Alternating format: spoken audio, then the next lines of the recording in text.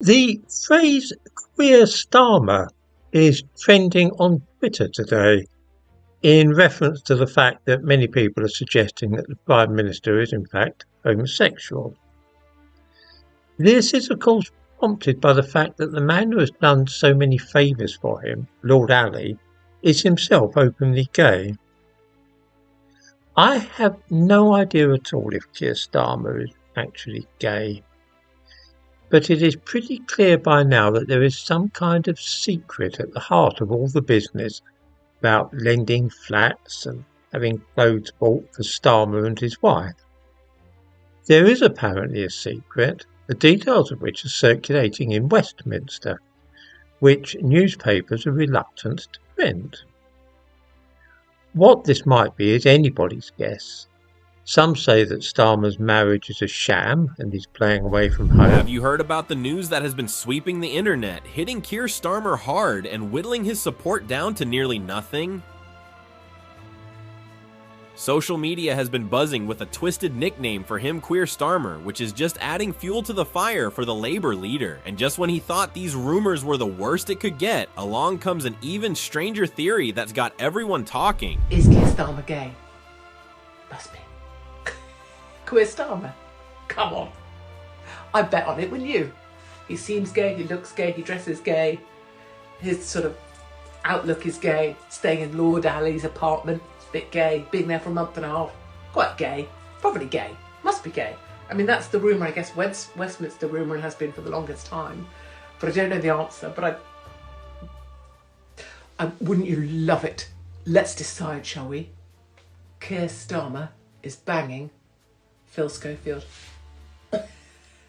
Allegedly. These rumors have got a bit more bite to them, haven't they? Think about it. Starmer didn't get hitched until 2007 when he was already 44. Now, doesn't that seem like a move to look a bit more like a family man to the public? Something folks could actually relate to. As enticing as the news may be for many people, Starmer wouldn't have landed himself in a spot where his character and gender orientation were being speculated about, especially not in today's age where everyone is open to sharing their true identity openly without anyone judging them based on their choices.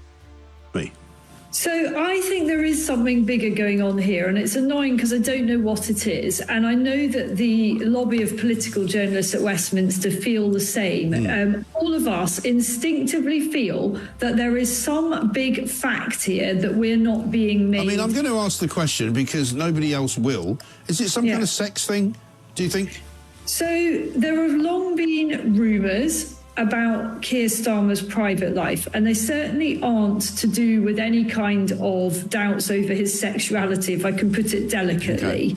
They are to do with his past and what the shape of his family really looks like. And it wouldn't be fair to go any further than that, but this is an open secret at Westminster that those question marks have been around for a long time, and papers have been extraordinarily restrained in not publishing any of that speculation. And even whether they've got, maybe there are publications that have more information than I'm aware of, they've been restrained. Why? Because there's been a strong feeling that it's not in the public interest. And doubts around Starmer's orientation have been brewing for ages, partly because he's been a vocal advocate for LGBTQ+ rights. There's even a story floating around about young Starmer standing up for one of his gay mates back in the day. Makes you wonder, doesn't it? But let's be real, none of this should matter. It's just that his rather bumpy performance since taking office has given folks a reason to pick at every single rumor about him, personal or professional.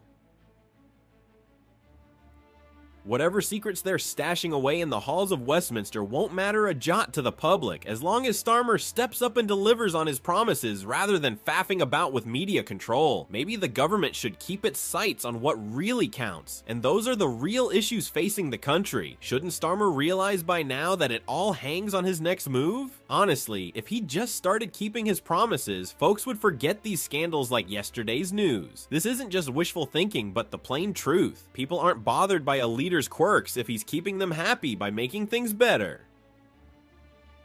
Well, that's a tall order when you're Starmer, isn't it? And there is a secret. I would just get it out there now. because this is getting dangerous territory for him. And I don't think that voters will care about his private life as long as he's not conflicted, as long as he's not being hypocritical, as long as he's not abused his position anyway. Well, a bit late for all that, isn't it? I mean, he's done all of those things. Get the story out. That would be my advice to Downing Street. If there is more to say, whatever it may be, then just get ahead of it, and the rest of us can then pack up and move on to another target. Yeah. Starmer sure knows how to turn the people on their heels after they just got him to the top of the country. He has spun around from his vows and completely left the people hanging out to dry with excessive taxes and inhumane cutbacks for pensioners. That's not all. Rosie Duffield's famous resignation letter also speaks volumes about Keir Starmer's preferences for his cabinet. What does Rosie Duffield leaving office tell you? It seems Starmer's been gathering a close circle of allies around him, adding more fuel to the fire of rumors swirling about the man. While he's given the public plenty of blunders to chew over, this particular tale has been tucked away for a while. Yet Starmer's mysterious reputation has become somewhat of an open secret in Westminster. The impact of these rumors is clear. Media channels and papers have been feeling the heat to steer clear of this topic, which only makes folks all the more suspicious as days go by.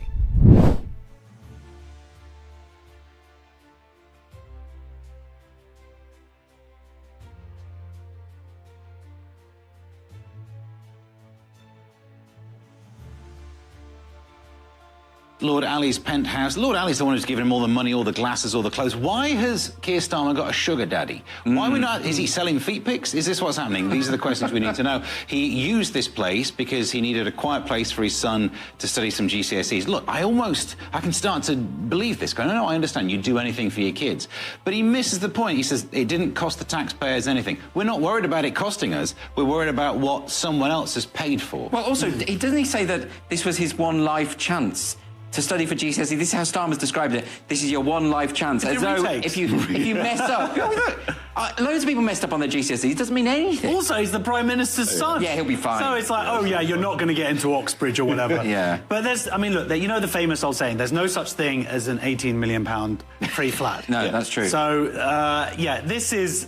It's the hypocrisy. We're having like hypocrisy squared on top of each other because he's a hypocrite, or the Labour Party being hypocrites by saying, look at those Tories taking, billions, and whatever. And then the Tories are now going, look at Labour. But it's like, you guys got all the free stuff as well. Everybody's getting the free stuff. Yeah, but Labour are saying... I'm not getting the free stuff. All of the Labour people that I've heard speak about this are saying that they've declared everything properly. They've gone through the proper channels. Yeah. No one's done anything wrong. Well, that's the claim. The rules are wrong, maybe. Yeah. Maybe no one should be getting any free stuff. And also, if you're setting out your stall as, I'm the anti-sleaze, the corruption-free guy, then don't go near anything. Don't take anything for free, just in case. It's also, this is like is this the only billionaire that supports Labour? I think it's a bit sad that he seems to, this Ali... Yeah, he's buying them clothes, he's like, buying them food. They've got no one else to go, because they said, oh, was it, what's his first name? Is his first name Ali? Yeah, no, his surname's Ali. Lord Ali. Lord is his first name. I was looking for it was Lord, yes.